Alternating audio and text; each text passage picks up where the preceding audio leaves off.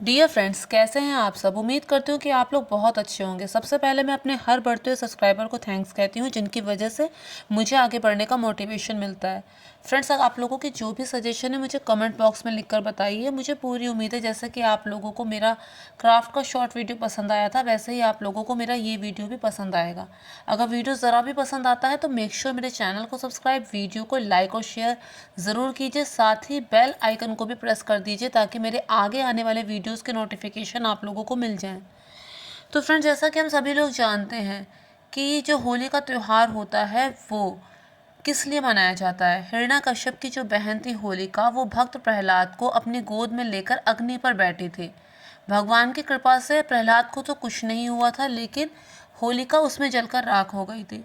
Friends, आज भी सब लोग होलिका को एक खलनायिका के तौर पे देखते हैं। और क्यों नहीं, वो थी भी तो राक्षसी। कश्यप ऋषि की दो पत्नियां थी, द्वितीय और अद्वितीय। द्वितीय से सारे राक्षस थे, अद्वितीय से सारे देवगण थे।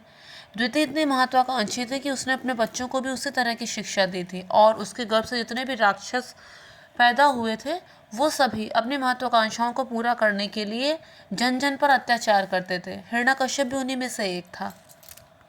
हिरण्यकश्यप का जो बड़ा भाई था वो था हिरण्याक्ष। उसने क्या किया था, पृथ्वी को ही समुद्र के अंदर डुबो दिया था।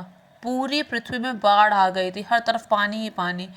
उसके बाद भगवान विष्णु ने सब लोगों को बचाने के लिए हिरण्याक्ष का वध किया। उन्होंने वराह रूप धारण करके हिरण्याक्ष का वध किया। वराह रूप धारण करके उन्होंने हिरण्याक्ष का जब वध किया तो ये एक तरह से उसका अपमान भी था कि मतलब वो कितना न्यून रहा होगा कि एक वराह ने उसको मार दिया। हिरण्यकश्यप इस वजह से भगवान विष्णु से द्रोह मानता था। वो पहले भी विष्णु भगवान का विरोधी था, और जब उसके भाई को विष्णु भगवान ने मार दिया तो इससे उनसे द्रोह मानता था, उनसे नफरत करता था। उसने ब्रह्मा जी की तपस्या की और उनसे वरदान प्राप्त किया कि न दिन में मरूं, न रात में मरूं, न घर के अंदर मरूं, न घर के बाहर मरूं, न अस्त्र से मरूं, न शस्त्र से मरूं। देव, दानव, किन्नर मुझे कोई ना मार सके। और ब्रह्मा जी ने उसे तथास्तु कह दिया था। वो कयाधु से उसका जब विवाह हुआ था, कयाधु धर्मात्मा थी, उसी के गर्भ से प्रहलाद का जन्म हुआ था। कहा जाता है कि जब कयाधु गर्भवती थी और हिरण्यकश्यप तपस्या करने के लिए ब्रह्मा जी की वन को गया था, तो देवराज इंद्र ने इस बात का फायदा उठाया और उन्होंने उसके महल पे आक्रमण कर दिया। और उसके राज्य में जब आक्रमण कर दिया तो उसके बाद कयाधु को बंदी बना लिया। जब कयाधु को बंदी बना लिया तो नारद जी ने इसका विरोध किया। उन्होंने कहा कि गर्भवती स्त्री पर अत्याचार नहीं किया जाता। अगर एक गर्भवती स्त्री पर तुम अत्याचार करोगे, उसका रोवा भी दिखेगा या फिर वो रोएगी, तो तुम्हारा सर्वनाश तय है, तुम्हारे सारे पुण्य नष्ट हो जाएंगे। इस पर इंद्र जी ने कयाधु को मुक्त कर दिया और नारद मुनि कयाधु को अपने साथ अपने आश्रम में ले आए। वो उस समय गर्भावस्था में थी और नारद जी उसे हरि कथा सुनाया करते थे, जिसका असर उसके गर्भस्थ शिशु पर पड़ा। और उसके बाद प्रहलाद का जन्म हुआ। जब प्रहलाद का जन्म हुआ और इधर हिरण्यकश्यप की तपस्या पूरी हुई तो कयाधु को नारद जी के आश्रम में लेने आया, और उसके बाद कयाधु और प्रहलाद को अपने साथ अपने महल को ले गया। जब प्रहलाद ने बोलना शुरू किया तो उसने भगवान हरि का नाम लिया, उसने नारायण नारायण बोला, जिससे हिरण्यकश्यप की समस्त खुशी तत्क्षण ही समाप्त हो गई। उसने कहा कि जो मेरा विरोधी है, जो मेरा शत्रु है, जिसने मेरे बड़े भाई को मारा है, ये उसका नाम जप रहा है। उसने कयाधु को बहुत ताने उलाहने दिए कि समझाओ इसे, वरना मेरे हाथों अनर्थ हो जाएगा। लेकिन प्रहलाद ने अपनी भक्ति को नहीं छोड़ा। बहुत सारे यत्न उसने किए प्रहलाद को मरवाने के। जब प्रहलाद 5 वर्ष का हो गया और वो डरा के धमका के सब जतन करके हार गया, तो कभी उसे सर्पों के कक्ष में भेज दिया, तो कभी उसे खौलते कढ़ाई में डलवा दिया, कभी हाथी के पैर के नीचे को चलवाना चाहा, कभी पहाड़ी के ऊपर से नीचे गिरवा दिया। सब करके वो हार गया, लेकिन हर बार भक्त प्रहलाद बच जाता। अब वो बहुत ही ज़्यादा झुंझला चुका था। फिर उसे ये बात मालूम हुई कि उसकी जो बहन थी होलिका, उसे तो वरदान प्राप्त है कि अग्नि उसका कुछ नहीं बिगाड़ सकती। उसे चादर मिली है अग्नि देवता से, जिसे ओढ़कर अगर वो बैठ जाएगी जलती अग्नि में भी तो अग्नि उसका कुछ नहीं बिगाड़ पाएगी। उसने होलिका से कहा कि तुम्हें प्रहलाद को जलती अग्नि में लेकर बैठना होगा ताकि उसकी मृत्यु हो जाए। तुम्हें कुछ नहीं होगा, तुम्हें तो वरदान प्राप्त है, लेकिन प्रहलाद नहीं बचेगा। उसी दिन होलिका की बारात आनी थी। हिमाचल प्रदेश में एक जगह है, वहाँ पर जो एक राजकुमार था इलोजी, जो होलिका से प्रेम करता था, उसकी बारात वहाँ पर आनी थी। तो उसने अपने भाई से कहा कि पर भैया मेरी तो बारात आनी है, मेरा विवाह है। तो उसने कहा कि तुम्हें कुछ नहीं होगा, और अगर तुमने मेरी बात नहीं मानी तो बारात तो वापस जाएगी ही, लेकिन मेरी बात ना मानने की वजह से तुम्हें उसका दंड भी मिलेगा। तो होलिका और क्या करती, राक्षसों में और कोई गुण हो या ना हो, लेकिन अपने भाई बहनों के लिए अदब ज़रूर होता है। तो होलिका ने अपने भाई की बात मानी और वो प्रहलाद को जलती अग्नि में लेकर बैठ गई। अब क्या हुआ, इधर जैसे जैसे लकड़ियां जलने लगी और नारायण नारायण की धुन जोर पकड़ने लगी, तैसे तैसे पहले लकड़ियों के चटकने और फिर उसके बाद होलिका के ज़ोर ज़ोर से चिल्लाने कराने की आवाज़ आने लगी। लेकिन अग्नि इतनी प्रचंड थी, कोई चाहकर भी बचा नहीं सकता था। और क्या हुआ कि प्रहलाद को तो कुछ नहीं हुआ, लेकिन जो होलिका थी वो जलकर खाक हो गई।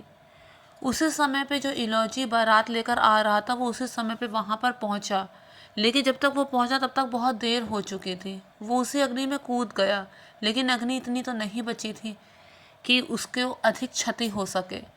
वो गुस्से में विक्षिप्त होकर, दुखी होकर, रोते बिलखते सब लकड़ियां राख इधर उधर फेंकने लगा, लेकिन होलिका तो तब तक जल के राख हो चुकी थी।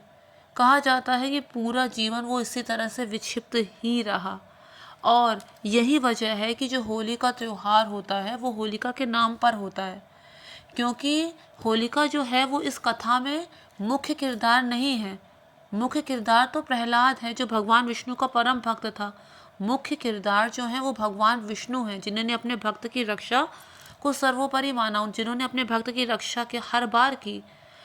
और इसमें जो खलनायक है वो है हिरण्यकश्यप, जिसने अपनी महत्वाकांक्षा के लिए, अपने बदले के लिए, अपने अहम के लिए अपने पुत्र तक को नहीं छोड़ा कि मैं अपने पुत्र को मरवा डालूंगा, अपने आप को सच साबित करने के लिए। लेकिन फिर भी होली का त्यौहार इन सब के नाम पर नहीं बल्कि होलिका के नाम पर मनाया जाता है। फ्रेंड्स, जितने भी राक्षस होते हैं वो सब के सब वो होते हैं जो पूर्व जन्म के श्रापित होते हैं।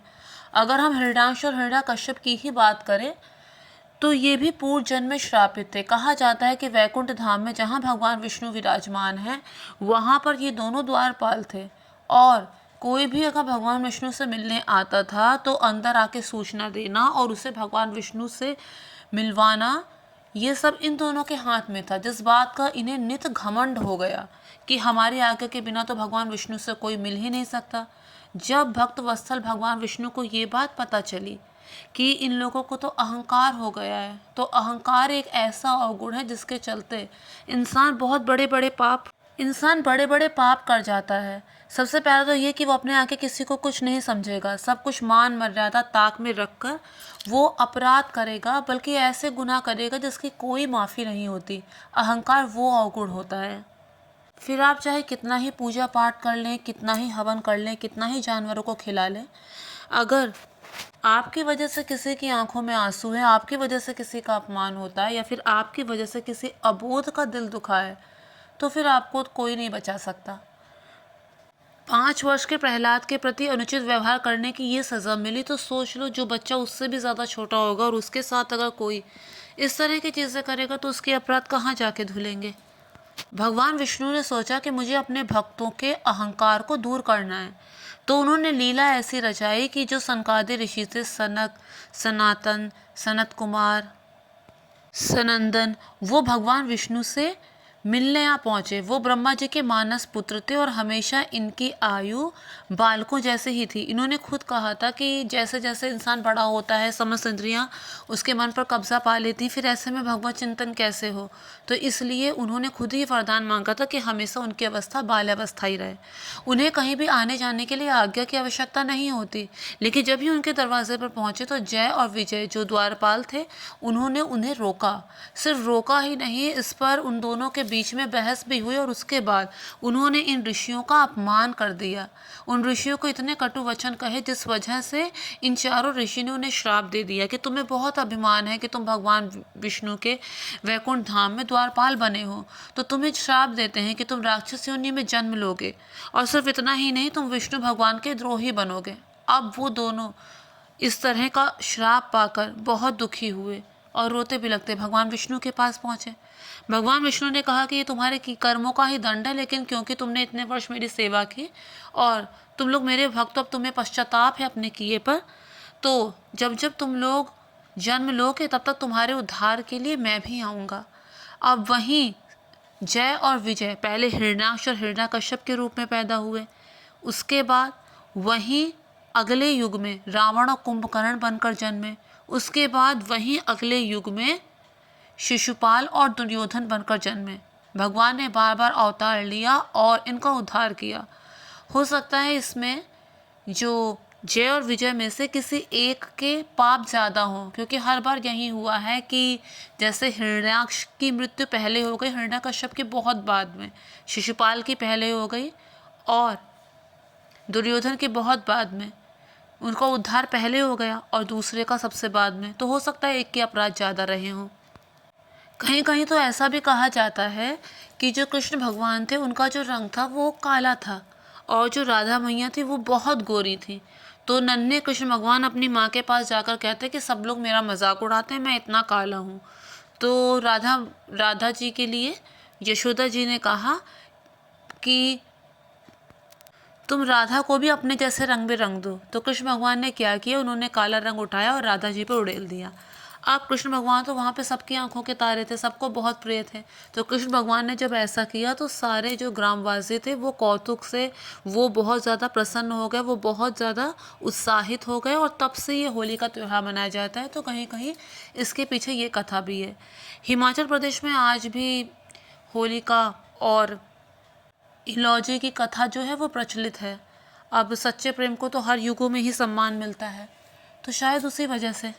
तो फ्रेंड्स, मैं उम्मीद करती हूँ कि आप लोगों को मेरा वीडियो पसंद आया होगा। अगर पसंद आया तो मेक श्योर मेरे चैनल को सब्सक्राइब, वीडियो को लाइक और शेयर ज़रूर करना और आप लोगों के जो भी सजेशन है मुझे कमेंट बॉक्स में लिखकर ज़रूर बताना, ताकि आगे आने वाले वीडियोज़ उसी से रिलेटेड बनाए जा सकें। फ्रेंड्स, ये बात मैं कहना नहीं चाह रही थी, लेकिन अब बात उठी है तो मैं कहती हूँ। फ्रेंड्स, और धर्म के लोग जितने उत्साह के साथ त्यौहार मनाते हैं, हमारे धर्म में, सनातन धर्म में इतना ज़्यादा उत्साह सब लोग नहीं दिखाते। अब बात करते हैं, रमज़ान चल रहे हैं, उसके लिए बहुत प्रिपरेशन कर रहे हैं लोग, घर को तरह तरह से सजा रहे हैं, सब कुछ कर रहे हैं, लेकिन इतनी हर्षोल्लास से क्या हम लोग भी होली का त्यौहार मनाते हैं? तो फ्रेंड्स, कोई भी त्यौहार होता है या फिर कोई भी ख़ास दिन होता है, उसे ऐसे ही नहीं बिताना चाहिए, उसे अच्छी तरह से बिताना चाहिए, क्योंकि वही एक याद के रूप में रह जाता है। और दूसरी ज़रूरी बात, त्यौहार में किसी और को दुख या कष्ट नहीं देना चाहिए, क्योंकि इससे बड़ा गुनाह तो कोई दूसरा नहीं हो सकता ना। Thank you friends, thank you so much.